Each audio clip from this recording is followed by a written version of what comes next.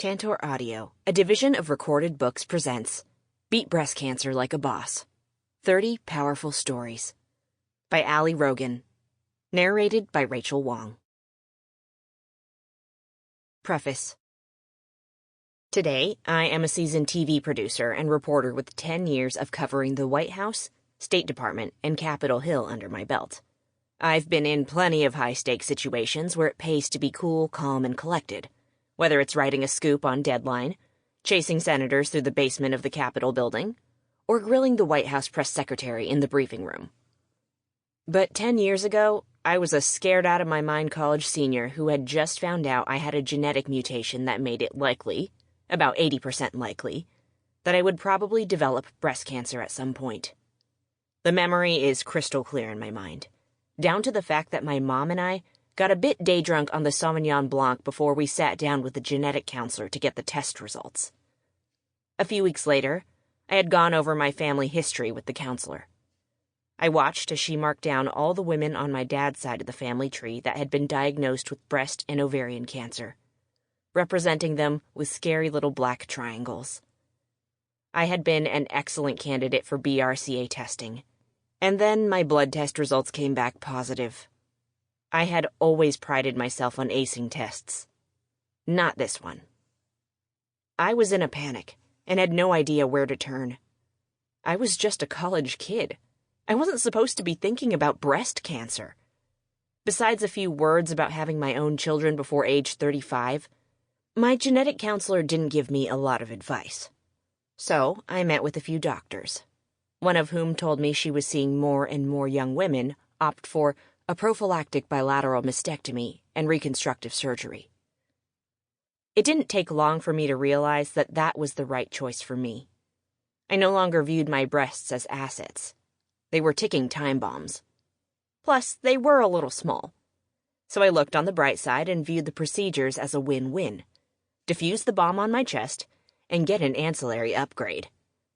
I also knew that my family had the resources to pay for whatever insurance did not cover, which ended up being quite a bit. But I also had all sorts of questions that the doctors couldn't really answer. What was the best time in my life to take 2 weeks off to have life-changing surgery? Should I do it while in college? Or should I wait until I was out in the real world? Would I miss my natural breasts? What about dating? When was the right time to disclose to potential boyfriends that I was in various stages of chest renovation? And when I did decide to have the surgery in college, I got so many questions about why I was doing this at such a young age. Didn't I want to keep my breasts until I snagged a husband? What about losing out on the joys of breastfeeding? My favorite inquisitor was the nurse who, as she prepped me for my implant surgery, asked me if I wasn't too young to be having this procedure. Jigs up, ma'am. So overall, I was lucky. I went through that whole period quite bravely and defiantly. Besides those initial few days of panic, I never looked back and ended up answering many of those questions myself. Have the surgery while in college before you have to miss time at work. You won't miss your natural breasts. No guy worth a second date will have an issue with this. Nevertheless, I often felt as though I was traveling this road alone. My mastectomy took place several years before women like Angelina Jolie and Christina Applegate went public with their experiences, putting beautiful, famous faces on the BRCA gene and making it much easier for me to explain what I had. But their stories did more for me than provide a shorthand description of my affliction. I have the Angelina Jolie gene. Even years after my surgeries, I felt a sense of camaraderie with these famous women. They went through what I did. They felt the same things I felt. Maybe they asked themselves the same questions I had too. My experience has led me to appreciate that when you're going through a trial, community matters. That's why I decided to write this book. It helps to hear from and connect with other people who have been through similar experiences. Not just to seek advice, but also simply to commiserate. I've also come to understand that connecting with well-known people, even if it's just reading something in their voice, can help people understand that they are not alone. That was my experience when I first read Angelina Jolie's story. We can't all call up our favorite celebrity or professional hero with breast cancer to talk about what it was like for her or him. But I wrote this book in an attempt to provide the next best thing. It's true that the women whose stories grace this book have almost all reached some level of professional success that has given them access and resources that, unfortunately, are not available to many women in the United States and, indeed, the world. Regardless, there are many other aspects of breast cancer that have no correlation to fame or resources. Frankly, I was surprised to learn how even these incredibly savvy women could face the same challenges in an exam room that any of us might. Not having their concerns be taken seriously by a doctor, getting medical advice and then debating going against it, grappling with the disruptions to family life. Also, I made a concerted effort to represent a broad spectrum of breast cancer stories from women of different ages and ethnic backgrounds. These include everyone from a 23-year-old white ballerina diagnosed with stage 4 metastatic breast cancer, to an Asian American financial executive living overseas, to a powerful African American state attorney general who battled the disease and won 3 times. My hope in writing this book is that, even if you've never had to sneak into a hospital to avoid paparazzi, you can relate to the aspects of each woman's breast cancer battle, and that hearing about those aspects will help you get through your own experience. Whether you're fighting the disease yourself, taking care of someone who is, or you just want to be a good support system for someone you care about.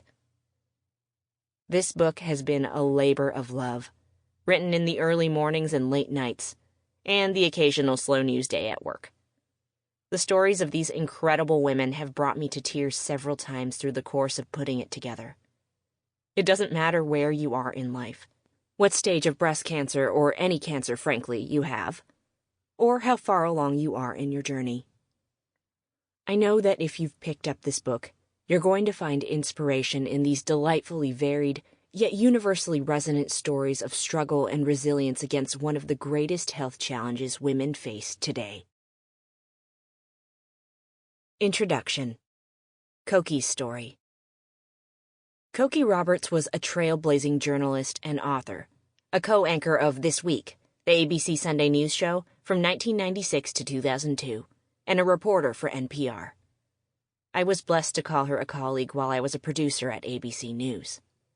And like so many other young female journalists, I was the beneficiary of her expertise and sage insight. Every once in a while, she'd send me a quick note, responding to some email I had sent with Capitol Hill editorial guidance. I had grown up watching and admiring Coky, so I got a rush every time I saw her name in my inbox, relishing her emails, which always contained a quick word of support or advice. You'd be surprised to learn how many of the women whose reporting you read, watch, or listen to have at some point spent time under Coky's wing. Coky was also a proud breast cancer survivor and fierce advocate for funding for research and access to treatment, especially for low-income women. She took up the cause well before she herself was diagnosed in 2002, and she faced that trial with humor, optimism, and courage. Here's Coky in her own words. I got the diagnosis in 2002, and then I went to the beach. And then when I came back, I started dealing with it. It's not like it was going to grow to my liver while I was at the beach. I was just gone a couple weeks.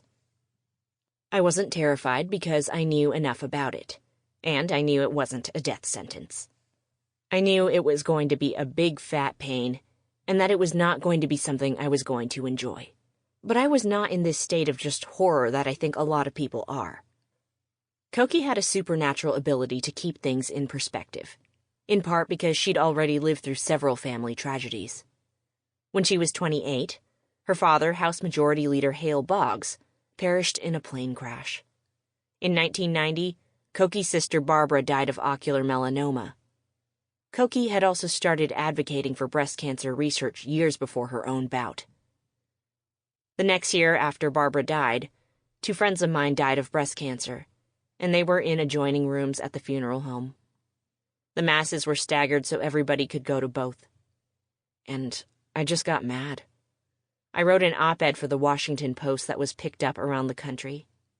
At that point, the funding for all of cancer and all of heart disease combined was less than the funding for AIDS. And of course, I'm for AIDS funding, but that was because of advocacy.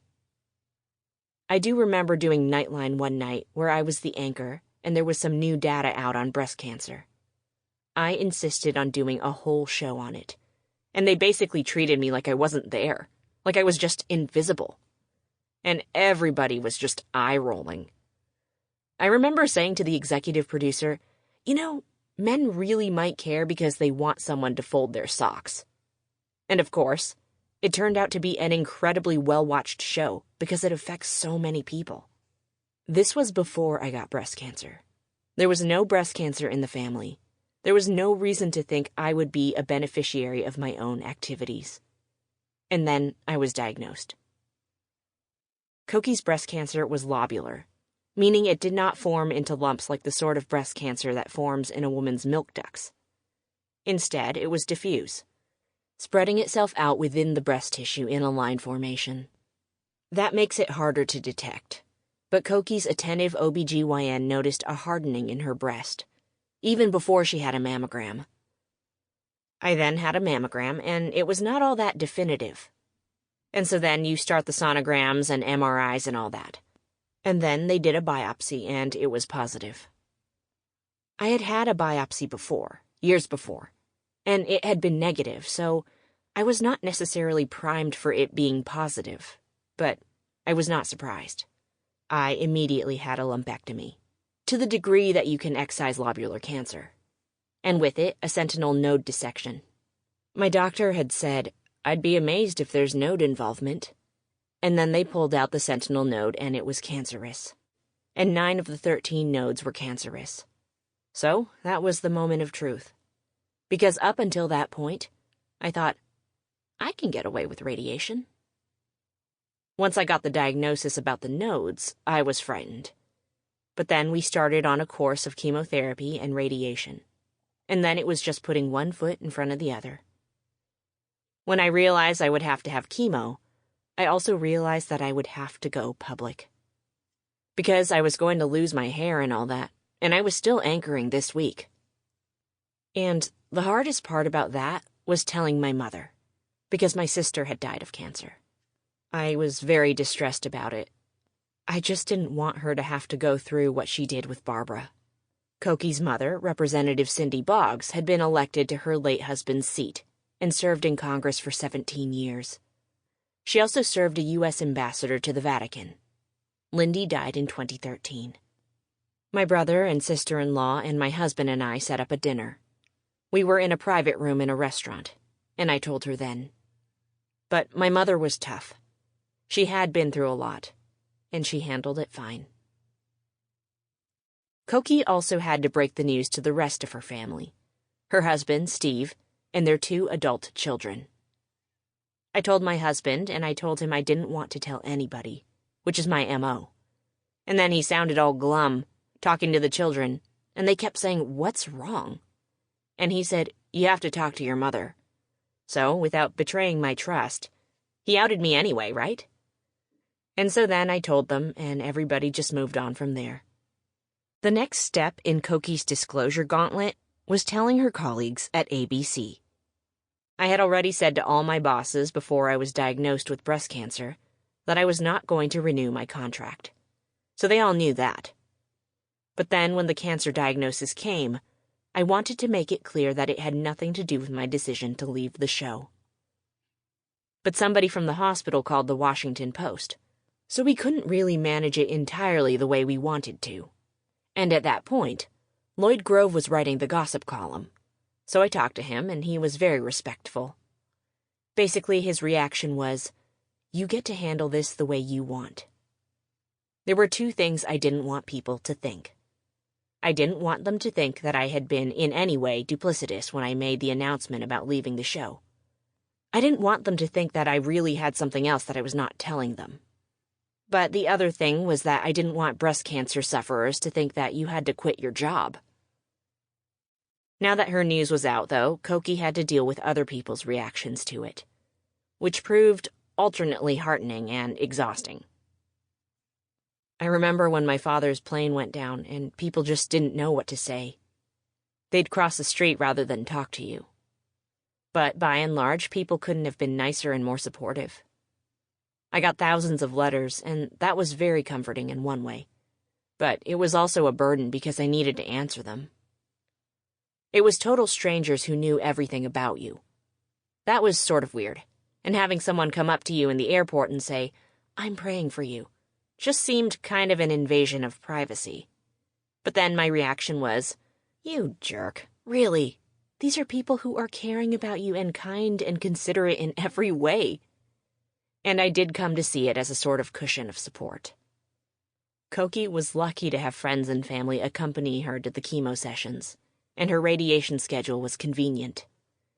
Anytime I had chemo, a friend took me, and that meant sitting in the hospital with me for 8 hours. And I was asleep for part of it and awake for part of it. But in the crazy busy life we lead, it was a nice time to just be alone with friends that you never get time with. It turned out to have some very positive aspects. Then with radiation, which is daily, they were great about setting it at 7 in the morning so I could just dash on over and have the radiation and then have my whole day. That was a piece of cake. But she also had to deal with losing her hair in a very public way. I hated the wigs. It's so funny because a lot of people wear wigs all the time. And I was surprised to hate it so much because I have horrible hair, and I've always had horrible hair, and I thought, well, that will be a cinch. And I actually have a nice-looking head. I didn't mind myself looking at myself bald. But other people did, and there was no getting comfortable. Even after she was diagnosed, Koki remained more concerned about other people's well-being.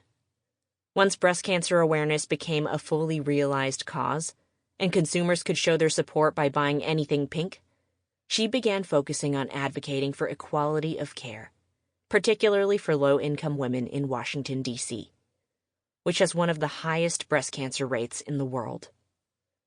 Our whole healthcare system is horrible, but when you're doing advocacy now, it's still very important to raise the funds for research, because it's making a big difference. Where the gap is, and it's an enormous gap, is in the delivery of services, particularly in underserved neighborhoods. And so here, in the District of Columbia, it's one of the highest mortality rates for breast cancer in the world, which is shocking and appalling. I think it's very important that people understand that this is not a disease that has been conquered, even though great strides have been made. And there's still a lot of work to do, particularly in terms of getting people treatment who need the treatment. As a lifelong journalist, being a voice for others came naturally to Koki. It was using her voice to talk about herself that was hard. She was always so focused on being the provider of help, the source of confidence, the shoulder to cry on. People are just very distressed for you, and they want you to be okay, and they feel really sad that you're not. And so I think it's very common to just say, "Don't worry about it, I'll be okay." The hardest part for me, by far, was accepting help. You know, I'm always the person who helps everybody else. And people really wanted to be helpful, and I had to understand that it was a gift they were giving me, but it was also a gift for me to say yes. And so that was hard, but I did it, and I'm very glad that I did it. Here's what I didn't know when I recorded this interview on August 9th, 2017. Koki had found out her cancer came back the previous summer, 14 years later. It had metastasized to other parts of her body. She and her husband Steve were informed that this cancer was aggressive. For the interview, Koki and I sat down together in her office, which was on the same floor as mine. She had known for at least a year that her cancer had returned, but she graciously answered 40 minutes of questions about her advocacy work, her diagnosis, and her 2002 battle. She never mentioned, never even alluded to, the fact that she was actively in the fight again. But I think that was her goal. Koki never let cancer get in the way of her living her life on her terms. She was defiantly focused on the things that matter most: friends, a career she loved, and helping lift up the people around her, like me. Frankly, during our interview, I probably didn't have as good an understanding as I do now, that beating breast cancer comes in different forms. There I was, asking her about what it was like to beat this disease, as if it had come and gone, to be relegated permanently to her rearview mirror. I didn't realize at the time that she existed in the state of beating breast cancer from her first diagnosis until the day she died. The title of this book is Beat Breast Cancer Like a Boss, and it contains stories and tips to help you do just that.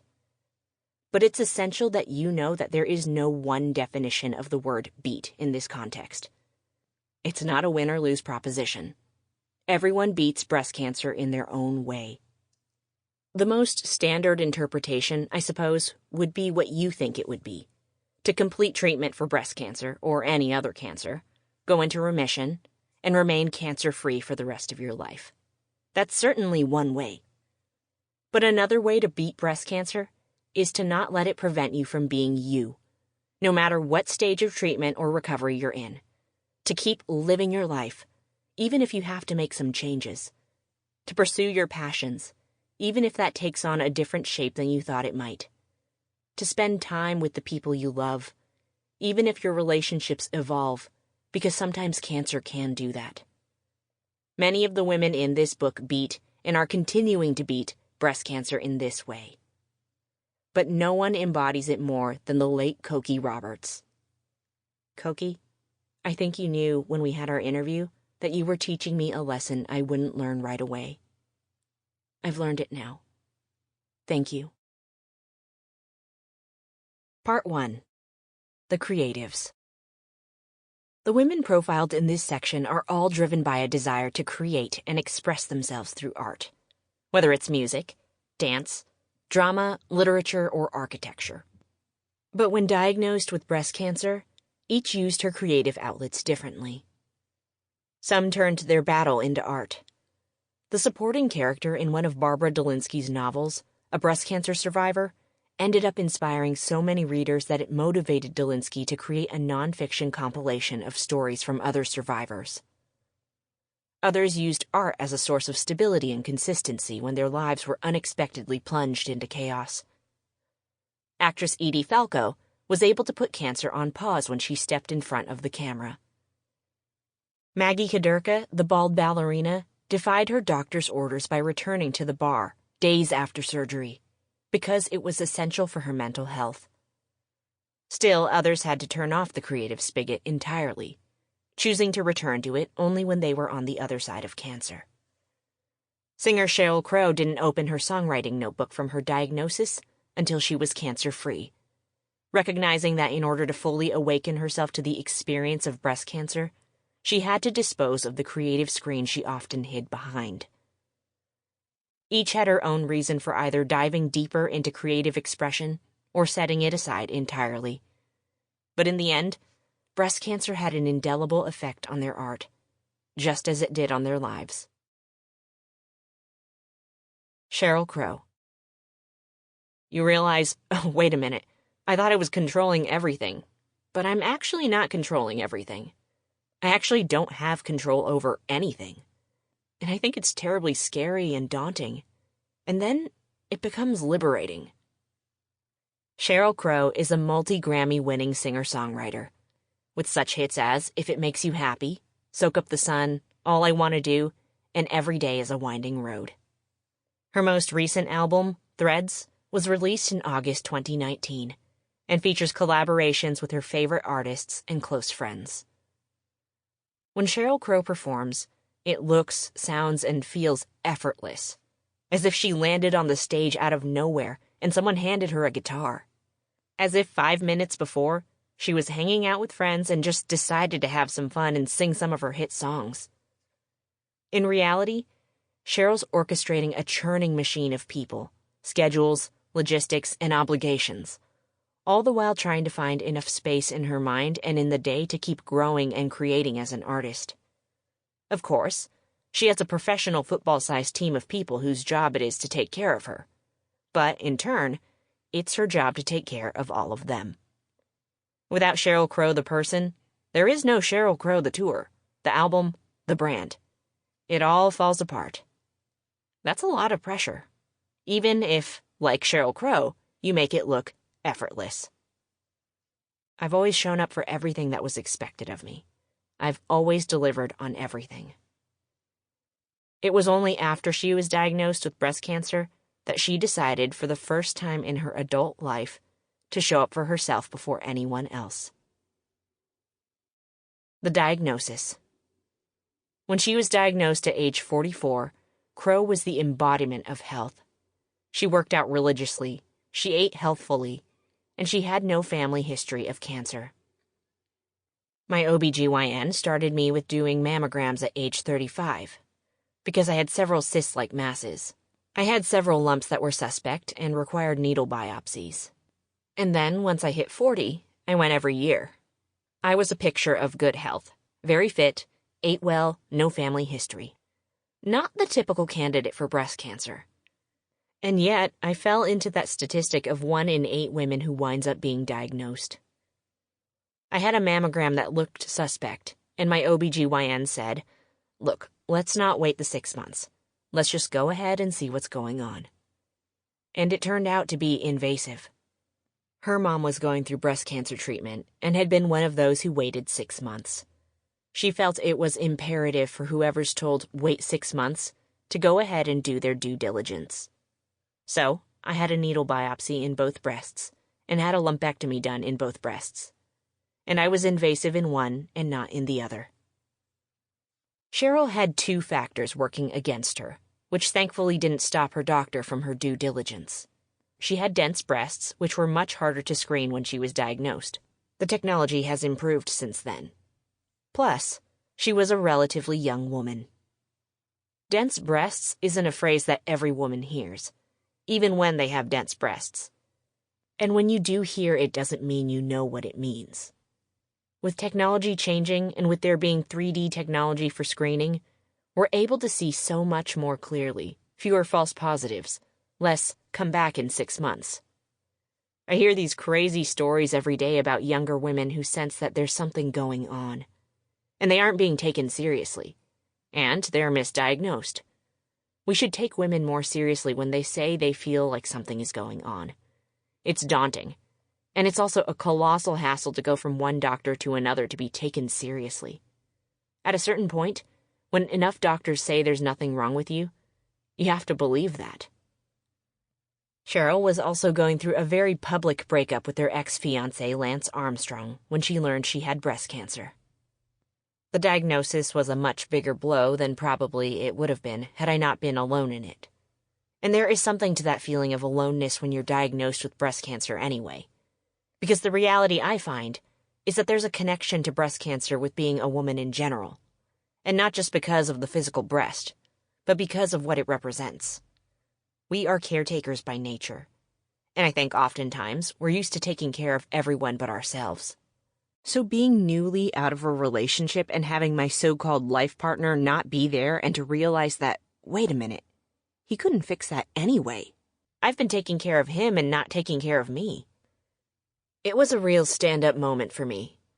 I had to learn how to voice my needs, to voice my wants and desires, and to be brutally honest with those around me. And I also had to learn how to let people take care of me.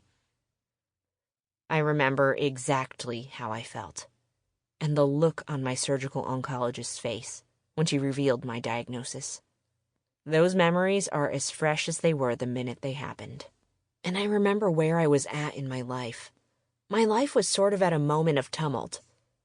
And so it was just an imposition to even be in the middle of having to deal with the needle biopsies and lumpectomies when I felt my personal life was sort of on the skids. And I appreciated the fact that the woman who gave me the news was also the woman that walked through the experience with me. We've maintained a very strong friendship ever since. The battle. Putting her caretaker role to the side was not only essential to Sheryl's recovery, it also allowed her to make more meaningful connections with others. My radiologist said something interesting. Don't miss out on the cancer lesson. I can't tell you what it is, but don't miss out on it. I've had so many women come up to me and tell their breast cancer story. And almost without exception, the story is, I had to learn how to put myself first. I had to learn how to put my oxygen mask on before I put on anybody else's. And that's a really hard thing for women to do. We are productive Sample complete. Ready to continue?